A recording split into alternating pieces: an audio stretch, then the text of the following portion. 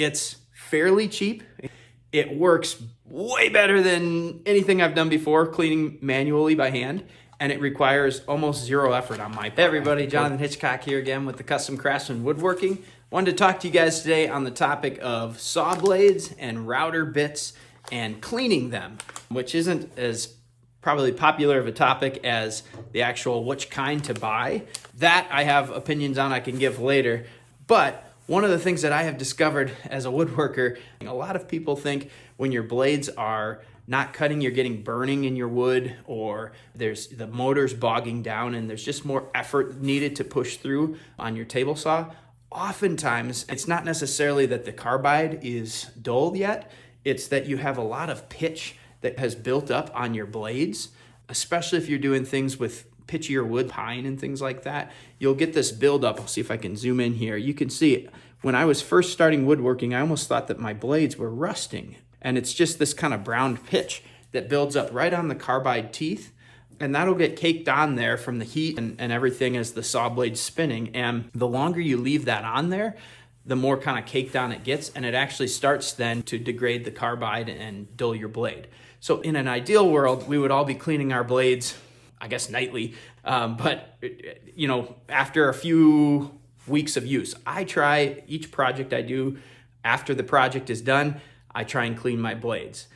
The problem is it's probably one of my least favorite activities to do. I despise it, especially I have an 80 tooth crosscut blade and I clean it. I know there's a lot of different methods, but I use a toothbrush so it's nice and soft. I don't want to scratch anything.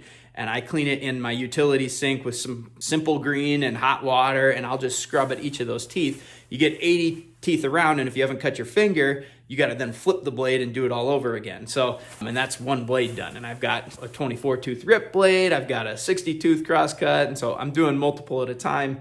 And then that doesn't even begin with router bits, which I don't do nearly enough either. So I have been on the search for a better method, a faster method, because I despise it so much. It ends up being that I don't do it as often as I should. So if I could make it a little simpler, I thought maybe then I would clean them a little bit more often and I'd have a better performance on my table saw. That's what I've been working on, trying to find, and I think I found the absolute best method to clean your blades. It's fairly cheap in comparison to some of the other products out there. I'll give you the price in a second. It works way better than anything I've done before cleaning manually by hand, and it requires almost zero effort on my part. I have to plug something in. So let me show you what that product is, and then I'll show you how it works. Guys, so here's the product. This is called an ultrasonic cleaner. It's a larger version of what some of your family members might have in your house for cleaning jewelry and things like that. I don't pretend to know how it all works, the science of it all. All I know is it uses sound waves to create this cleaning process. And so this is a bigger version, obviously, than what you probably would buy for a jewelry, for rings, bracelets, and things like this. This is a 15-liter version. It's made by Vivor. I think I'm pronouncing that correctly. You can get it off Amazon, and I will tell you, if you sometimes just search, I found this, so this is normally, I believe, $110. Maybe 120, somewhere around that, between $100 and $120. There was one day that I just checked, and I don't know if it was they had an overstock or what it was. Every single size that they had was the exact same price, which was $63.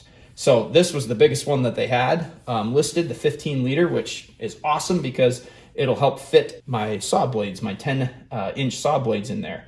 And so I went with the largest one for that purpose. But the way that this works, let me show you the inside here. So inside here, it's just a stainless steel container that you would put water and then any kind of cleaning solution you want. You can put it any kind of degreaser. I like to use Simple Green because it's the kind of safest thing I've found with blades and stuff, especially with bearings on routers and things. It's not going to damage those. But it comes with this removable basket. So if you wanted to put things like my router bits is what I'm going to use for this, I can set them in there and then drop it down. And that will allow, it holds it up off the bottom, so it's fully suspended then in the water and gets maximum cleaning here. So that's the inside. On the outside, because it's 15 liters, it's kind of a large thing to haul around. So it does come with this drain pipe. It also came with a flex tube here and an adapter with some tape here if you wanted to put that on. And then this obviously is just a quick release to drain out the water when you're all finished. So that's kind of nice. The front of it here, I don't actually plan to use these features too often. I was not looking to buy, this has temperature control, so actually it has a heater built into it, and then you can set a timer for it and things like that as well. So there's a lot of extra features that I actually didn't want, because what you're gonna see is, honestly, you can clean a blade in just 2 minutes. So I don't need to set a temperature and come back later. And heater, from the reviews, I've never used the heater. From the reviews I've seen, it takes hours for it to actually heat up to the temperature that you want. So instead, to beat that, use my utility sink in the basement, and I put hot water in, which is ultra hot, and I just dump that directly into the top. And so I just start with hot water, and I never even have to touch the heat. But it does help it a lot. I've tried it with some different temperatures of water, and hot water definitely improves the performance. So you do want to use that. So I'm going to opt to do this on the floor instead of up on my workbench, just to ensure that if I spill as I'm pouring in water and stuff, I don't get it all over my workbench. I don't want to get water up on there. I might even run it on the floor down here. But I just use, like I said, this is a simple green concentrate. And I don't know I probably should do some measuring and stuff to figure out the best kind of mixture. But I just pour some concentrate in. I don't make it into too big of a science. And then I add, here's my hot water from my downstairs sink. There is a fill line. You want to make sure you don't go past the fill line.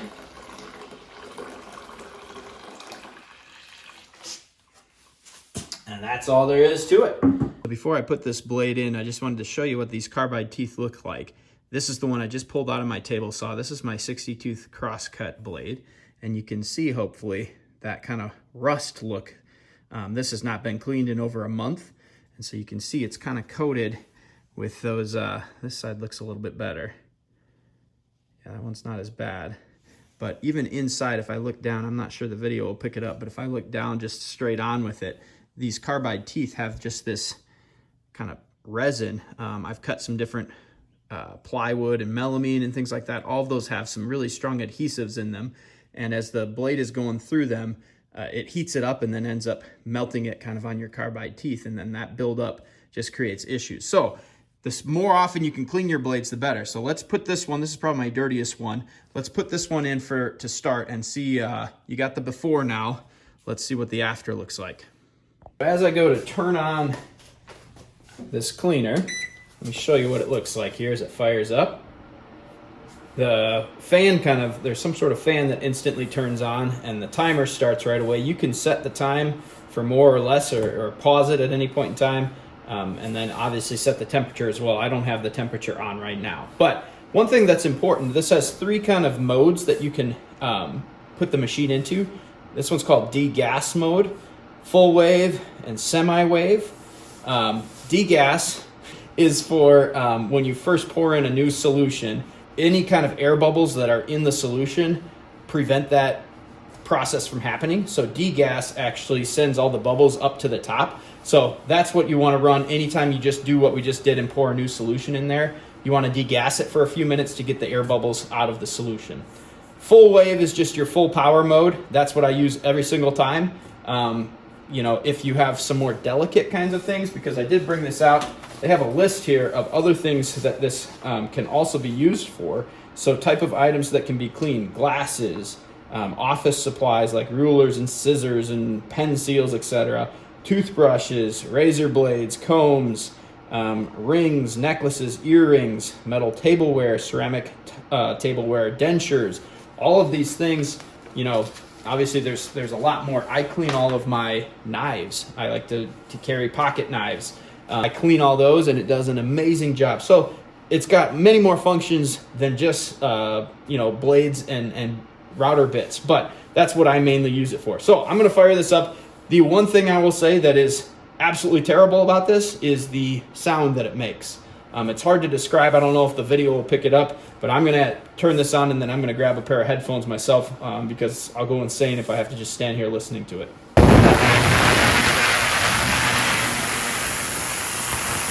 Took my headphones back off for this. I ran that degas mode for 1 minute. The timer on here stops when you stop it, so just did it for a minute, and that's only something you have to do every time you put in a new solution. And 1 bucket of water with some Simple Green is enough to clean all of my blades and bits all at once.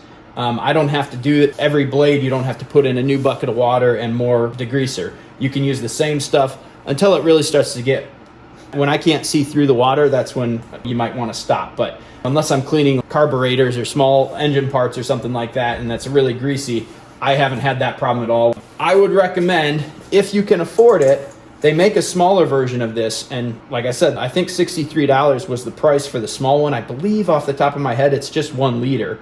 So that wouldn't work very well for blades. I've seen people create some sort of system that dips the blade, but if you can afford the 15-liter version, this one is great because this is a 10-inch saw blade for my table saw, and it fits completely in without, I can submerge the whole thing all at once, which is fantastic because then I don't have to come back and rotate. So it actually fits in this little basket, which I like to use because once again, then it elevates it up. You just want to make sure, obviously, not to let it go crashing. I don't want to damage any of my carbide teeth. So I just lower it into the basket gently, try not to chip anything. And then I'm going to drop the basket down into the solution here.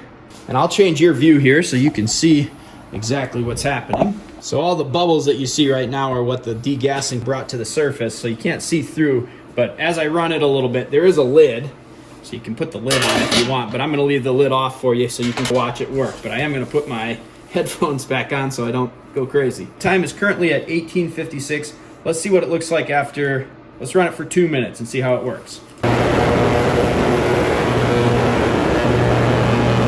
Okay, I wanted to make sure I showed you the timer here so you know exactly where we're at. 16:56, I didn't cheat at all. I'm gonna speed up the video because obviously as you're running it, what you saw is absolutely nothing. It's just kind of a little bit of vibration in the water that you kind of see. But let's take a look now at how that blade looks. Now, really important with this, one of the most important steps of this whole thing that you can't forget. Every time after I run my blade through any kind of water or I clean it at all, the very next thing I do is I put a WD-40 dry lube on it just to give it that protection then against moisture. So you got to make sure obviously to dry it off really well because I don't want actual rust to get on it.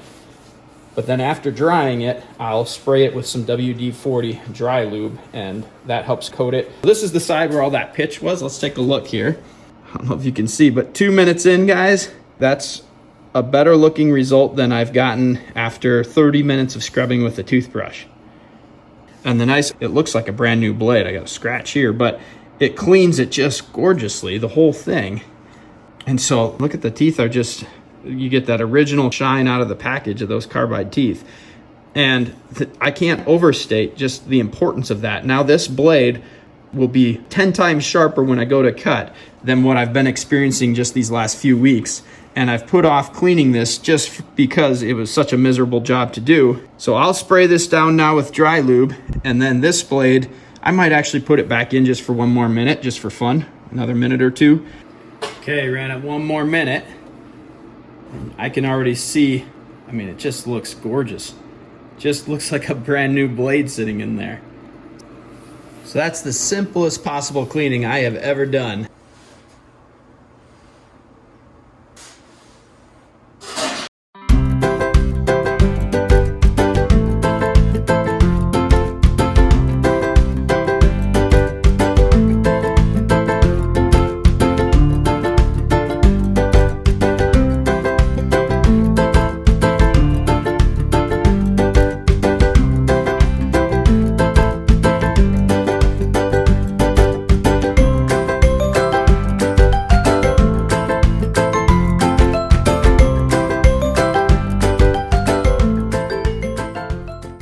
Okay, last thing, guys. I have all of my dirty router bits in here, but some of these are really dirty and need some really thorough cleaning. And this would take me normally a ton of time, but I've set the timer here for 5 minutes and 50 seconds. So we're gonna run it for about 5 minutes and see where we're at.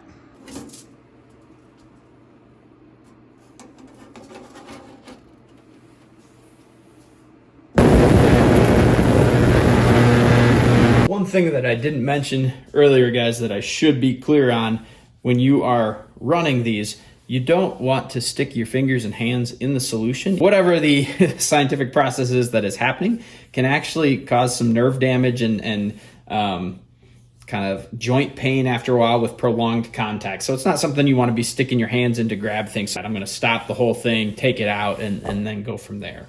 Okay guys, that 5 minutes and 50 seconds just ran out. You can see how kind of murky the water is starting to get. So this would be probably a good time to switch it out. But let's take a look here. So overall, looking really good. Here's these burn marks. Oh, look at that. It does come off. I didn't think it would. So just with a little bit of scrubbing with my finger, that actually comes right off. So that bit might actually be salvageable.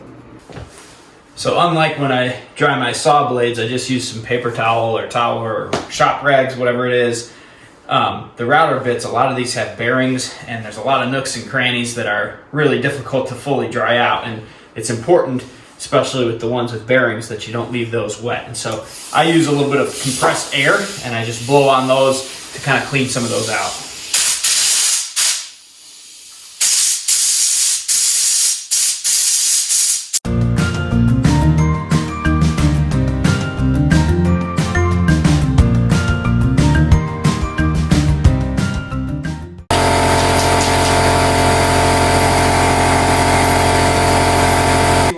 Finished, guys, you just hook up the hose here. I just use the same bucket that I poured the water out from.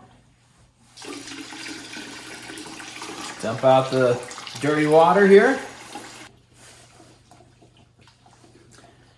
Once it finishes draining here, I like to then, there's a little bit of sediment kind of left behind in the basin, so I'll just take a paper towel and just go ahead and wipe this up and clean it up, and then I store it down in my basement, and it's ready to go for the next time I need to clean something. Okay guys, if you've made it with me this far, hopefully you've stuck around, because I'll show you kind of here a final reveal of all of my saw blades and then the router bits and how they look. So here are the 5 saw blades that I cleaned here this afternoon. 5 blades in under 20 minutes, which is I've never cleaned all 5 at once because it would take me way more. This is the big 80 tooth saw stop blade that takes me forever, and I usually have band-aids that I have to keep close by. So super nice not to have to hold the blade while trying to clean. I don't know if you can see, this was coated and it's just been restored to, I just put some fingerprints on it now, but been restored to what it looked like when I first bought it. And you can just see the teeth. And those carbide teeth are just sparkly. And so I am super excited and pleased with this. And here's my hodgepodge kind of assortment of different router bits. I didn't give you as much of a before on some of these, but most of these cleaned up really, really nice. There was one that was still very sticky and had some pitch on it. So I actually just threw it back into the cleaner for another 5 minutes to see if that will improve it. But overall, these look great. So that's going to wrap up our video here today, guys. I hope this was helpful for you, a helpful tool tip. I have no affiliation at all with Vivor or any ultrasonic cleaners or anything like that. And so there's no, I'm not biased in my recommendation. It's just that I found after going a couple years of, manually scrubbing with a toothbrush, this is so much faster and so much easier. So love to hopefully help some of you out if that's you've experienced that same struggle. This to me is the best way to go about cleaning. Super helpful tool, and I hope it helps you guys out. Thanks a lot, guys. Have a good rest of your day.